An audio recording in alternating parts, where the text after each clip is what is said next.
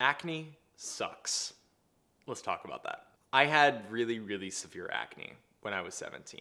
Like to the point where when I looked in the mirror, I hated what I saw when I looked back. Over the years, I've been able to solve my acne, but I have very acne-prone skin. So I've had bouts of this, since I was 14 or 15 years old, and gone through a lot of different stages in terms of how I've felt about that acne. But one of the things that I want to share, because I felt like I didn't find enough of this when I was really in the thick of it, was support for that feeling. Support for what I was going through. Acne is not life-threatening.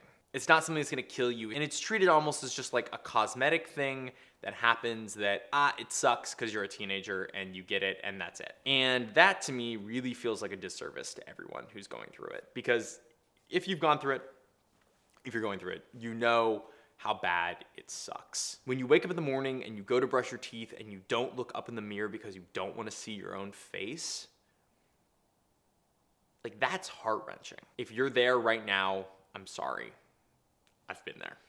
I've fucking been there. And it sucks. It sucks really, really bad. One of the things that I find that's so irritating is that there isn't like a one-to-one correlation, right? Like if you're overweight, you can reduce the number of calories that you eat in a day and you can lose weight. If you're out of shape, you can go and exercise. There isn't a one-to-one solve when it comes to acne. There isn't a way to get rid of it, definitely guaranteed. When I had breakouts, I didn't know what was causing them. I didn't know why they were happening. I didn't know what in my life was making them happen. And it didn't seem like anything had changed on my end between there not being breakouts and there being breakouts. Like your life can be just the same. You could be living your life, doing basically the same thing every day, eating basically the same diet, and suddenly you have it.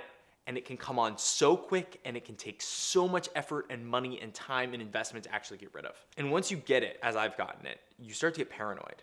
Because once you get your skin clear, it's just a question of when is it gonna come back? To this day, I look at those pictures from when I was 17 and I'm so terrified of that happening again. I'm terrified because I know how bad it was when I was in the middle of it. Like, I didn't want to do anything. I didn't want to be around anyone. The only thing I wanted in my life was for this problem to go away. That was my entire focus from the moment I woke up to the moment I went to bed. I probably looked at every search result on Google for how to solve this. I was obsessive about it. For me, it absolutely consumed me in a way that nothing has absolutely fully consumed me. It was infuriating and irritating and frustrating all at the same time, and just made me mad, like so angry. Why did I have to go through this? I've told this story before, but I remember being at the Smithsonian with my family that summer when my acne was at its worst, and I had like tried to cover it up with concealer very poorly, like my face just looked caked. And I was walking around and looking at all of the other people there and just wishing that I could swap places with them. Like one of the only times in my life where I've looked out at a crowd of people and gone, I don't care who it is. As long as they have clear skin, I want to swap places with them. Like that's what it felt like. Because it tends to be on your face. And your face is like your billboard for the world. It's your presentation of who you are. When your face is blemished and feels like disfigured, that's a painful place to be. It's a really, really painful place to be. A couple of years ago, I was cutting down a tree with a buddy of mine, and we were loading all the logs into the truck, and my arms got really scratched up. And unbeknownst to both of us, there was poison ivy on the outside of the tree. And so because my arms were all scratched up, the poison ivy kind of went under my skin and, caused this basically eruption on my arm. It was like a pus-filled scab, basically from my wrist all the way up to my bicep. Felt awful. Could not bend my arm without the thing just like absolutely erupting in pain. It was terrible. But I remember having to go to class when I had that and being able to put on a long sleeve shirt. Even though it was hot out, I could put on a long sleeve shirt and be okay. And I could go to class and nobody needed to know. And it was fine. And thinking at the time, wow, this is so much better than having acne on my face. Even though I had to go to the ER and get a steroid shot in my back for this thing to go away, like it was terrible.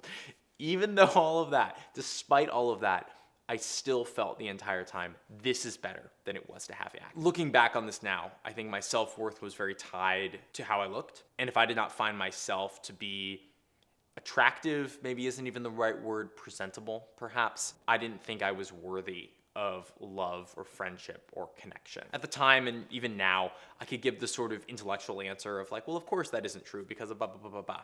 But it didn't feel true, right? And I wasn't able to convince myself that it was true. It really, really felt untrue that I was worthy of those things. I didn't see how people could like having me around when I didn't like having me around. And I think that's one of the worst parts with all of it. So I hope people can find some value in this. Maybe some connection, maybe something you relate to. But that was my experience, and it sucked. It was really, really bad. And if you're in the thick of it now, and maybe the people around you have never had acne, maybe they don't understand how it feels, I want you to know that what you're feeling, you're not alone. I've been there, and I wish you the absolute best getting through it, because this is the worst part. I don't really know how to end this video. I just wanted to talk about why it sucks so bad, because it really, really sucks, doesn't it? So I'm sorry, and I wish you the absolute best of luck. All right. That's enough from me today. I'll see you guys next time.